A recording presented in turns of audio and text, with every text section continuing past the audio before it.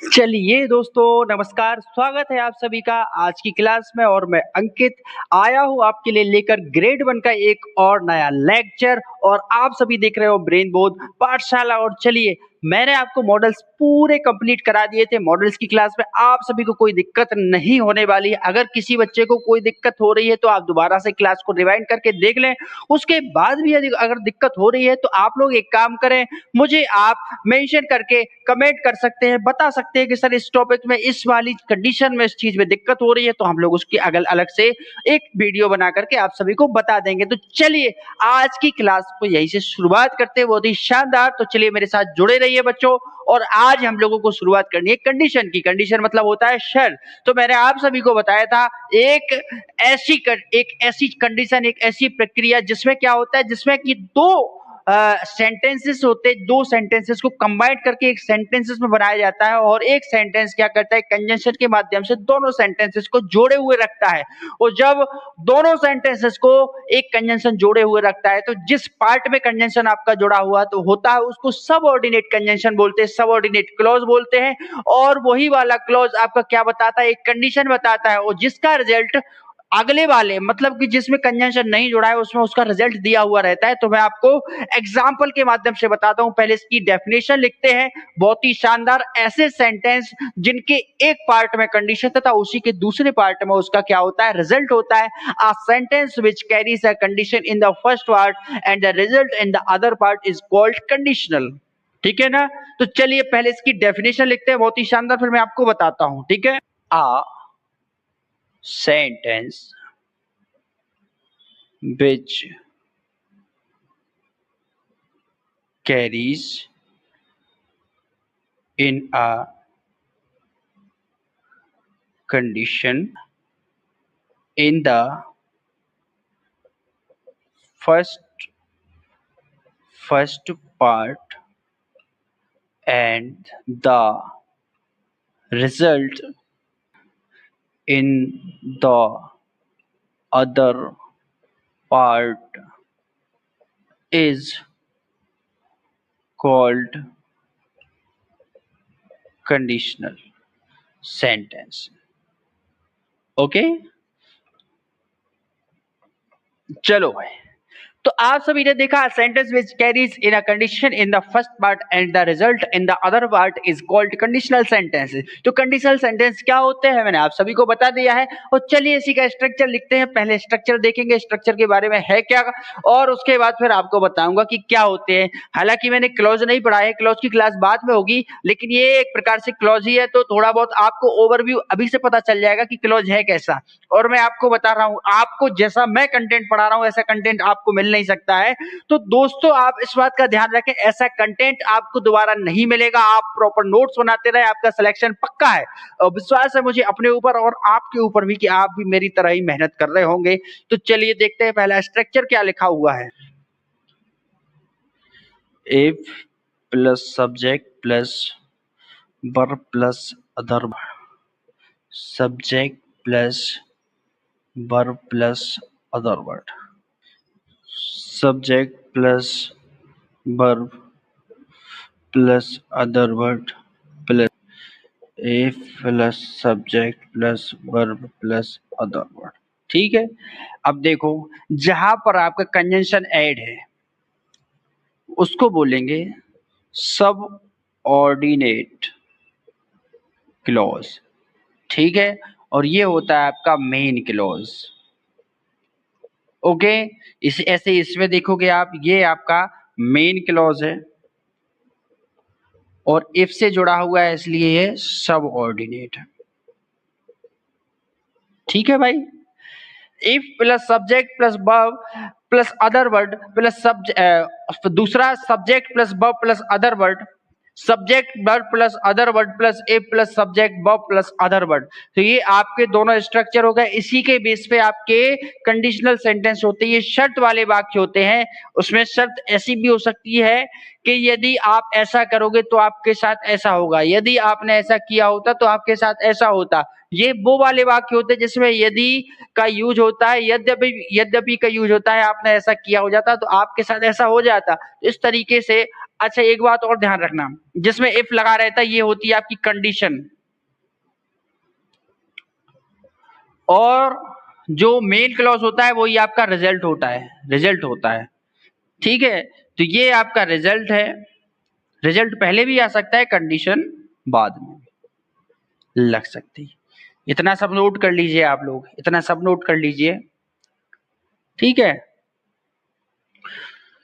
जिस पार्ट में अब आप लोग ध्यान रखें थोड़ा सा, जिस पार्ट में conjunction if, in case, until, unless, provided, provided that, if only, would that, as if, as though, etc लगे हों, उसे कंडीशनल पार्ट कहा जाता है और वही सब ऑर्डिनेट क्लॉज कहलाता है, और दूसरा पार्ट मेन क्लॉज होता है, वहां उसका रिजल्ट होता है। ध्यान रखना है क्या है, जिस पार्ट में कंजंक्शन कौन कौन सा, बिल्कुल भूलना नहीं है, ध्यान रखना है कंजंक्शन का। If, in case, until, unless, provided, provided that, if only, would that, as if, as though, etc से ये सब हो तो उसे कंडीशन पार्ट कहा जाता है, और वही सब ऑर्डिनेट क्लॉज कहलाता है, और दूसरा पार्ट मेन क्लॉज होता है, और वहां उसका रिजल्ट होता है, वहां पर उसका रिजल्ट होता है। कौन कौन सा है, if, in case, if, in case, until, unless, provided, provided that, if only,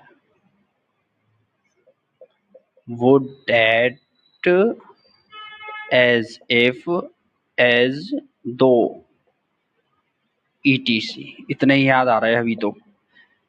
यदि ये सभी आ रहे हैं तो वही आपका कंडीशनल कहलाएगा। ठीक है, ध्यान रखेंगे।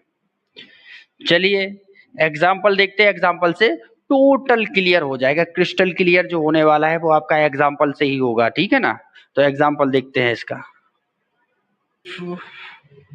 You will study well,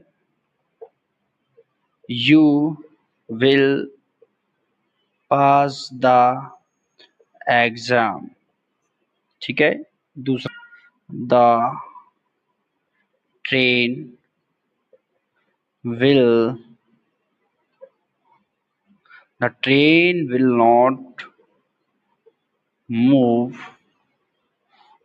until the loco pilot gets the green signal. चलो भाई दोनों सेंटेंस देखो बड़े ध्यान से। ठीक है, पहला सेंटेंस है आपके सामने, पहला सेंटेंस लिखा हुआ है if you will study well, if you will study well और you will pass the exam. अगर तुम अच्छे से पढ़ाई करोगे तो तुम पास हो जाओगे, यही लिखा है। तो अब इसमें इफ क्या है आपका, कंजंक्शन। ठीक है, इफ क्या है आपका, conjunction. You will study well, ठीक है, तो ये आपका कंडीशन हो गए, कंडीशन, और इसी को सब ऑर्डिनेट क्लॉज भी कहते हैं। ठीक है, अब इधर आते दूसरे पार्ट। फर्स्ट पार्ट में क्या क्या हो गया आपका, इफ आपका कंजंक्शन हो गया है, यू विल स्टडी वेल इसके साथ कनेक्टेड है, इसलिए यही कंडीशन बोलेंगे, इसी आपको सबऑर्डिनेट क्लॉज बोलेंगे। अब सबसे पहले ये उसका क्या होगा, रिजल्ट होगा। आप लोग पढ़ के भी समझ सकते हो कि अगर तुम अच्छे से पढ़ाई करोगे तो तुम उस एग्जाम में क्या हो जाओगे, पास हो जाओगे। तो इसलिए ये इसका रिजल्ट हो गया, रिजल्ट होने के साथ साथ ये इसका क्या हो गया, मेन क्लॉज भी है। मेन एम क्या है, पास होना। मेन एम क्या है, जैसे आप लोग ध्यान रखें, मेन एम क्या है आपका कि आप पास हो जाओ। तो पास कैसे होगा, जब आप अच्छे से क्या करोगे, पढ़ाई करोगे। दूसरा देखो, the train will not move. अब देखो ये आपका हो गया रिजल्ट। मेन रिजल्ट क्या है, ट्रेन को मूव कराना। अब मूव मूव कब करेगी, जब लोको पायलट क्या करेगा, उसको क्या होगा, उसको सिग्नल प्राप्त होगा। यही बात है, जब उसको ग्रीन सिग्नल मिलेगा तभी वो आगे बढ़ाएगा। ओके, तो इसीलिए ये आपका क्या हो गई, कंडीशन हो गई, कंडीशन हो गई, ये उसका रिजल्ट हो गया। इसीलिए ऐसे ही इसको आप सब ऑर्डिनेट क्लॉज बोलोगे, और ये आपका क्या हो जाएगा, मेन क्लॉज, और अनटिल आपका क्या हो गया, कंजंक्शन हो गया। ठीक है भाई। अब अगर ऐसी स्थिति में आपको समझ में नहीं आ रहा है तो फिर अब क्या बोले भाई। अब आप लोग खुद सोचो, आप लोग खुद सोचो कि एक भी कंडीशन जितनी हो सकती थी मैंने सब कुछ आपको प्रॉपर बताई है, सारी कंडीशन प्रॉपर बताई है आप सभी को।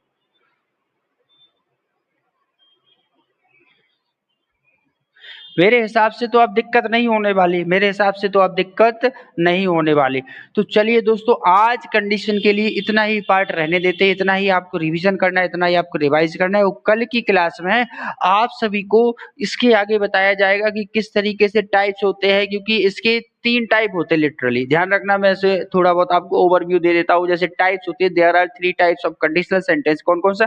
कंडीशनल फर्स्ट क्या कहता है, यह फ्यूचर की घटनाओं को बताने के लिए यूज होता है। सेंटेंस के दोनों पार्ट्स में फ्यूचर की बात हो तो वह फ्यूचर सेंटेंस कंडीशनल फर्स्ट कहलाएगा।